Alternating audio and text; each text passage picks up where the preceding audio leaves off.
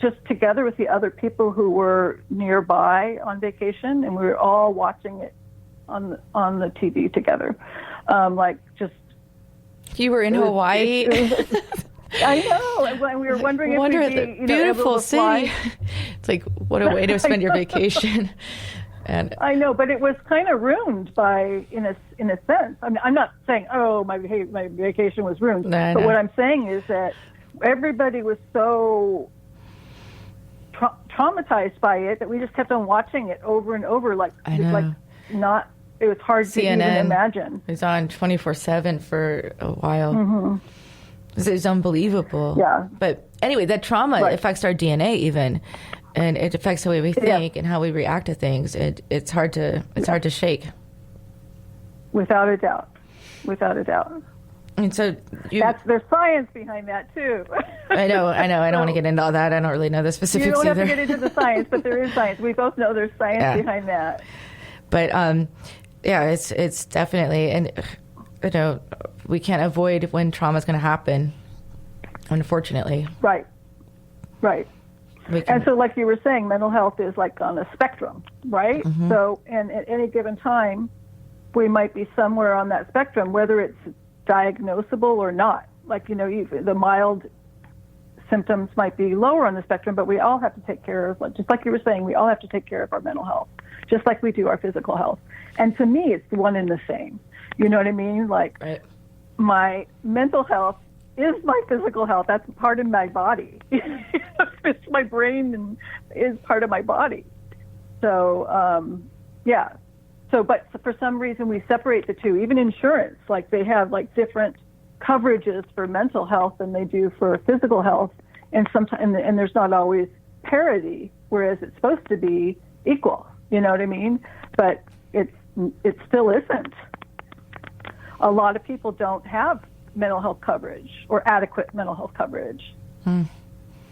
Yeah, I mean, or they don't know how much coverage they do have, and they don't utilize their benefits. There's a lot of times people come into my office and they don't realize that their company has an employee assistance program where they get free sessions with me because I'm a provider, or that their mental health is covered with just a copay.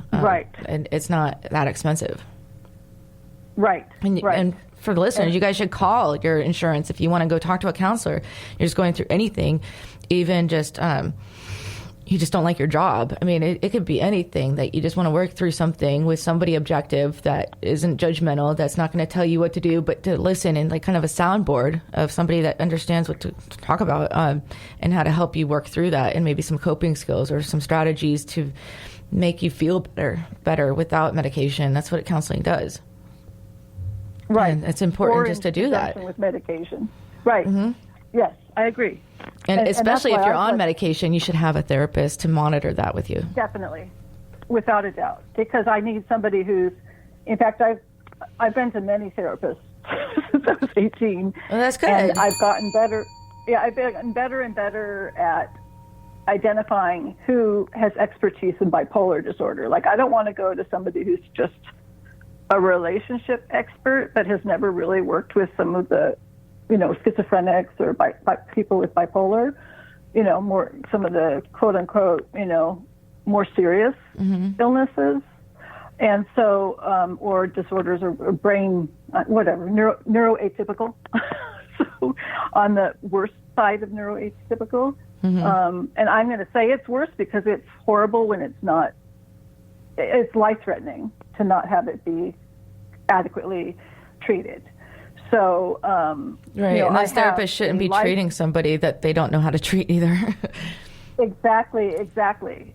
So I've gotten better over the years at finding therapists who are better at understanding bipolar symptoms and are better at helping me with skills and just with support. I think more than anything, what I get out of therapy nowadays is support. In the past, my first therapist I saw when I was 18 used cognitive behavioral therapy when I was severely depressed at 18. So I did have a long history of depression before my I was medicated. And when I was 18, that cognitive behavioral therapy helped me, gave me that coping skill that I have my whole life at being able to take a negative, irrational thought and change it to a more positive, rational thought. And so I've had a whole bunch of different types of therapy. And so it gives you every type, and every clinician gives you something unique that you can add to your toolbox. Right. So, I mean, every therapist sees the world through different eyes too. And correct. It's healthy to not stick with the same person for that long unless they really are using different skills. Right. And mine had to do with moves. It wasn't that I was constantly firing therapists. So we'd move from one place to another, or our insurance would change and somebody was in or out of network. So those were usually what my changes would be. Or a therapist would leave a group practice, say, and I'm a believer in seeing somebody who's part of a group practice where there's a psychiatrist on board, because then the psychiatrist and the psychotherapist are working closely together. Mm-hmm. And I'm a believer in team treatment, so to speak, and which would involve family members too. And that's kind of how I did it back when I was a therapist. I was always part of a treatment team. I wasn't in private practice. I was like working at Kaiser's Young Mothers Clinic, where I'd have both a hospital social worker and all the healthcare providers all working together during case management. And then when I worked in both residential treatment and day treatment, there was again, case conferences, and we're all working as a team together. Special ed, psychologists, psychiatrists, all that kind of stuff. And each, like you were just saying, each of those different, not just individuals, but they're different backgrounds, mm-hmm. Whether seeing it as a psychiatrist or seeing it as a psychologist or seeing it as a teacher, a special ed teacher, all those different perspectives helped to help, be the best possible treatment team for the kid, so I'm a huge believer in that. And I'm a volunteer for NAMI, and NAMI advocates the kind of treatment team mentality, that you bring everybody on board, and that you bring those of us who have, mental health struggles with those who are family members and those who are clinicians. And it's all of those people have some lived experience. Mm. And so NAMI stands for National Alliance for Mental Illness? Yes, National Alliance. I think it's on mental illness, but who cares? It's NA. So it's NAMI, NAMI.org, if you want to go there, because they have some great resources, mm-hmm. as does the DBSA, which is the Depression and Bipolar Support Alliance. I think I all these acronyms right. get confusing. I know. It's because it's so long to say the whole thing. So they're DBSalliance.org, I think is their website. If people want to go and get some extra support resources, those are great places. And on my website, I have resources listed too, with links to both governmental and nonprofits. So, Kitt, hold on a second. Ones. I'm going to cut you off for a second because I want to get to your book, and it's time for our second break. But just hold on, and I want to really touch on what you wrote about, and it's very interesting, and I want people to have a resource to go to. Hang tight. We're going to take our second break, and we'll be back with Moments of Clarity in just a moment. Stay tuned. We will return to Moments of Clarity with Tiffany Warner after these messages. BuildingBeyond.me is a community. We try to help animals, including the humans. We fundraise to buy oxygen pumps for babies, water and food for families, from dog food and veterinary surgery, from shoes to food to milk and diapers. BuildingBeyond.me.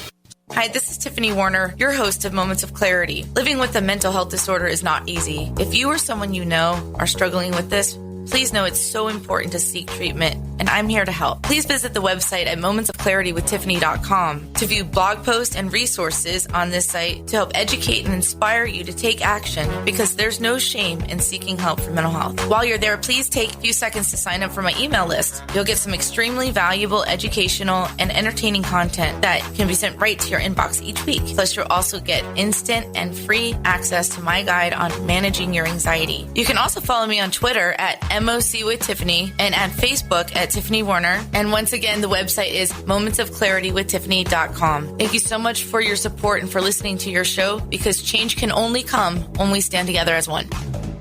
Did you know that your physical health plays a big role in your mental health? Healthy minds and healthy bodies go hand in hand. The problem for many is finding the time and getting the results they want. X-Force Body is perfect for people with busy schedules, with a mission to inspire you to become leaner, stronger, and in the process healthier. X-Force Body coaches will encourage, motivate, and inspire you through every workout, helping you achieve the results you desire. Learn more about X-Force Body. For more information, visit www.xforcebody.com. Hi, this is Tiffany Warner, your host of Moments of Clarity. I'd like to give a shout out to musician-songwriter Don Lawson, who wrote, produced, and performed all the vocals and instruments on my Moments of Clarity theme song. Don gained his inspiration as a mental health counselor himself. He's always looking for artists to record his songs, and you can hear more of Don's music at reverbnation.com/Don Lawson. You can also check him out on Twitter at Don Lawson Music. Thank you so much, Don, for your contribution to Moments of Clarity and ending the stigma on mental health. It's awesome. Now back to Moments of Clarity with Tiffany Warner, licensed mental health counselor. To engage in the conversation, call 866-826-1340. Here's Tiffany. Hi, welcome back. And you're listening to Moments of Clarity. My name's Tiffany Warner. I'm a licensed mental health counselor. I'm your host. And we're talking to a wonderful author and a former therapist. I want to say therapist, Kitt O'Malley. And she's talking about her book that we're going to address. And it's called The Balancing Act, Writing Through a Bipolar Life. And welcome back, Kitt O'Malley. Thank you. Wonderful to be back. It's so nice to have you. And Balancing Act, Writing Through a Bipolar Life. And I assume that's a memoir, in a way. It is. It's a memoir. I had originally, it's the second edition of a book that I published last year called, then I called it Blogging for Bipolar Mental Health or something like that. But this is a much better version, because I first, the title was terrible, and it was just a collection of my posts put in like chronological order so that there was duplicates, and it wasn't organized by any themes. So I put a whole bunch of work into this new version, which is organized by themes and has introductions and new writing. And anyway, so what I started with was the blogging in 2013, and I took those posts, and now they're organized by the themes of well, first it's my narrative of my life, with mental health. My mental health journey is what I called it. And then after that narrative, I organized the posts by bipolar disorder or living with bipolar disorder, writing with purpose, like as there's been like Pennebecker is a psychologist who did a lot of research on the therapeutic value of writing. And then there's advocacy, or posts about my mental health advocacy, and then caretaker, because I've been a caretaker to my son, who's a migraineur, who's had depression and social anxiety and ADHD through his life. And then, so that's been tough to be a mom with bipolar, raising a son who's challenged, who has a lot of challenges of his own.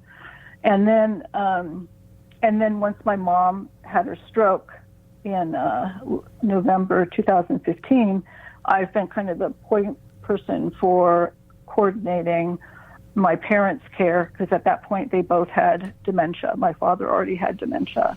And then my mom. Wow. You haven't had it easy at all. Yeah. Like, no, I haven't. But you're it's born to be a interesting caretaker because, of some sort. apparently. It's interesting because when I looked back, when I made all my career changes, they didn't make sense to me. You know, like first I was a legal assistant before I